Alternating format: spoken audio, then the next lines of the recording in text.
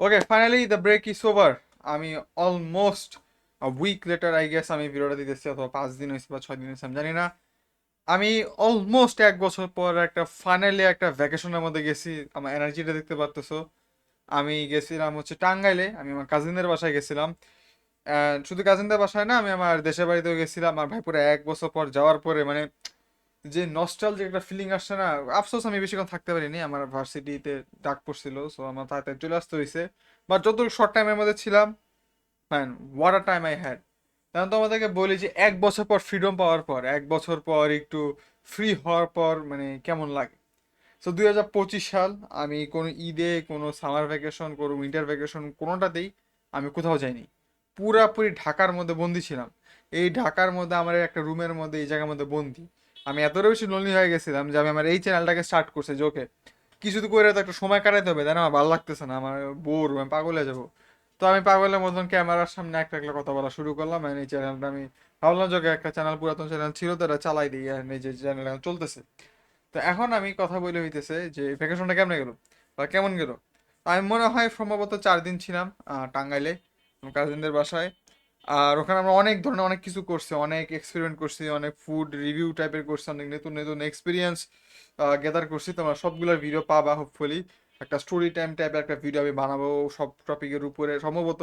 এখন এটা হয়তো আমার এই চ্যানেলের বিগত 1 সপ্তাহ কন্টেন্ট হয়তো এটাই হবে। আমি ওইদিকে একটু মানে ওই সব একটু কাজ টাজ করে একটা স্মৃতি হিসেবে আমি রেখে দিতে চাই। রিয়া, এতটুকু বলতে চাইতেছিলাম যে ভ্যাকেশনে গেলাম আমি 1 বছর পর, and খুব রিফ্রেশিং লাগতেছে ভাই। এখন আমি ফাইনালি সব কাজের মধ্যে ভালো করে ফোকাস দিতে পারবো। মানে একঘেয়েমি জীবন হয়ে গেছিল। মানে সে একই বেলা সকালে ঘুম থেকে উঠে একই কাজই করতাম, প্রায় 1 বছর যাবত একই কাজই করতেছিলাম। সো একটু ভিন্ন পেশায় যাওয়ার কারণে একটু এনার্জেটিক লাগে, একটু এক্সাইটেড লাগে সবকিছু করতে করতে। তো যাই হোক, জানুয়ারি মাস একটু উলট পালট দিয়ে গেল বলতে গেলে। আমার নিউ ইয়ার মাত্র আসছে। মানে এই অ্যাডমিশনের প্যারা ঠ্যারা সব কিছু যে আমার নিউ ইয়ার মানে নতুন যে বছর আসছে এটা এরকম ফিলিং আসতেছিল না। আর ফাইনালি এখন কিছু একটা হয়েছে জানুয়ারি মাসে বা এই বছরের মধ্যে, সো এখন একটু ভালো লাগতেছে আমার।